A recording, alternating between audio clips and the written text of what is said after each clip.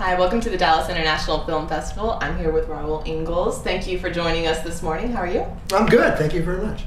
When did you get into Dallas? Yesterday at about 4. All right, so we are here to talk about your film Transparency. Now, why'd you choose to bring it to the Dallas Festival? It was Lou Diamond Phillips knew Michael Caine, and so simply suggested, Michael look at this, and so Michael had looked at it, and they accepted it after our rough cut. I mean, we just finished the film sound mix last Friday, and the layback on Wednesday. So we just arrived here with it, ready for the first time for anybody to ever see this thing. So we're really the guinea pigs. Yeah. Well, let's hear a little bit about the story. You're the writer too, is that correct? Yes, I am. Yes. The film's it's called Transparency. It's about Lou Diamond Phillips plays a security guard. He's like an everyman character who discovers a human trafficking ring. It's like opened Pandora's box and just on his routine job. In doing so, it's a chance for him to find retribution for something he had done in his past. The relationship with his own daughter reflects the relationship now with this trafficked girl that he discovers. And so in trying to save the trafficked girl, he's actually trying to make amends with his daughter that he had failed 5 years ago. So it parallels that, and then Lou comes out the other side, and I won't say how it ends. So this isn't really the typical, just your straight action thriller. There's kind of an underlying story. Well, we're trying to balance, because the subject matter is so horrifying and truthful.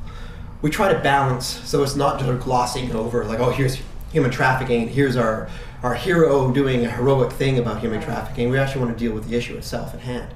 So, for instance, all the girls in it who that are being trafficked actually speak in their native languages. So they're speaking Russian, they're speaking Serbian. And we're subtitling them. Only in the situations where Lou's not present. If Lou's in this situation, then we're not subtitling because Lou has no idea what they're saying. So she's telling him in Serbian, "Please help me." And I've been brought here, put in a container, and he doesn't know what she's saying, but they can see that there's something wrong. And so that's it helps him as the character, and it helps us the audience as we get sort of pulled into the real world of human trafficking. Now, as the writer, what sparked the idea? Was it the issue of human trafficking itself? It was, well, the funny thing was the producer who hired me to write it. He said, look, I've got this movie that I want done on human trafficking, and it's called Transparency, and we'll pay you to write it. And so okay, done. So I just wrote it on that. So it was, I started researching it, of course, as soon as I got the job. And yeah, it's awful out there. And in fact, there's a quote from a Israeli police detective that I used in the film because the way, which was awful, was the way he was talking about the girls in Israel that are being trafficked from Hungary, I think it was. He was calling them liars and saying that they're just illegally trying to get into this country. Sort of a blasé sort of approach of what the actual issue is at hand, and that approach and the way he dealt with it, I thought, well, this is a good way for the authorities to do it. So I have one character actually sort of reflecting him himself. Now, you filmed in Vancouver, is that correct? And you mentioned that you brought in actresses who were from different countries and use different language. What were some of the challenges that you ran into on set? Well, the biggest challenge is that we shot in 13 days.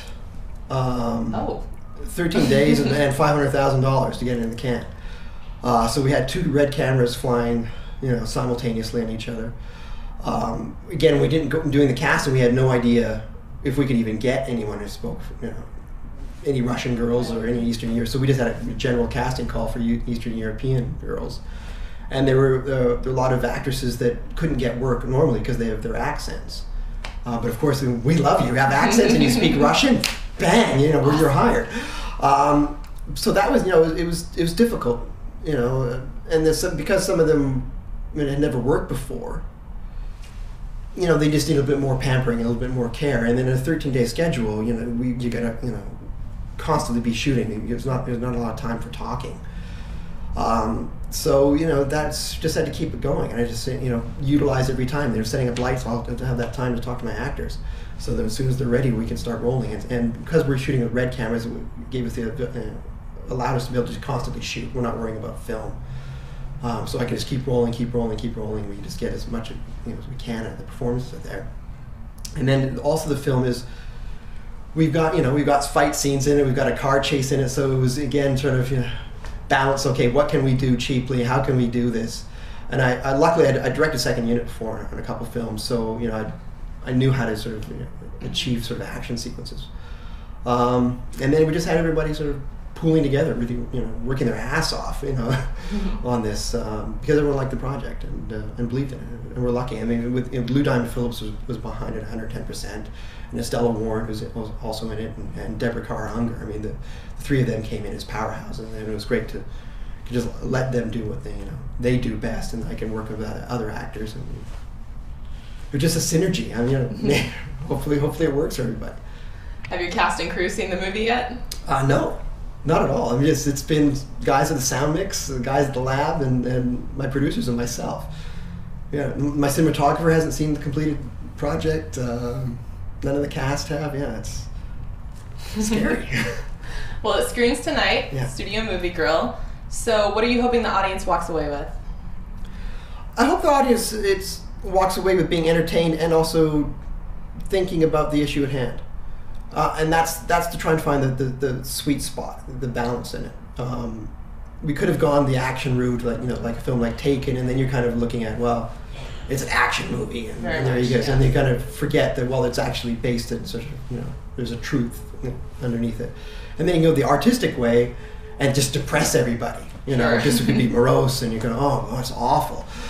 So we want to try and find it so it's entertaining, and yet at the end you're kind of going, yeah, this is an issue at hand, and this is how people deal with it, and we got to put a stop to this. Well, it's been great talking to you. Thank you so much for coming. Good luck. Thank you. A very quick turnaround on your movie, and it's great to have you here in Dallas. Thanks for coming.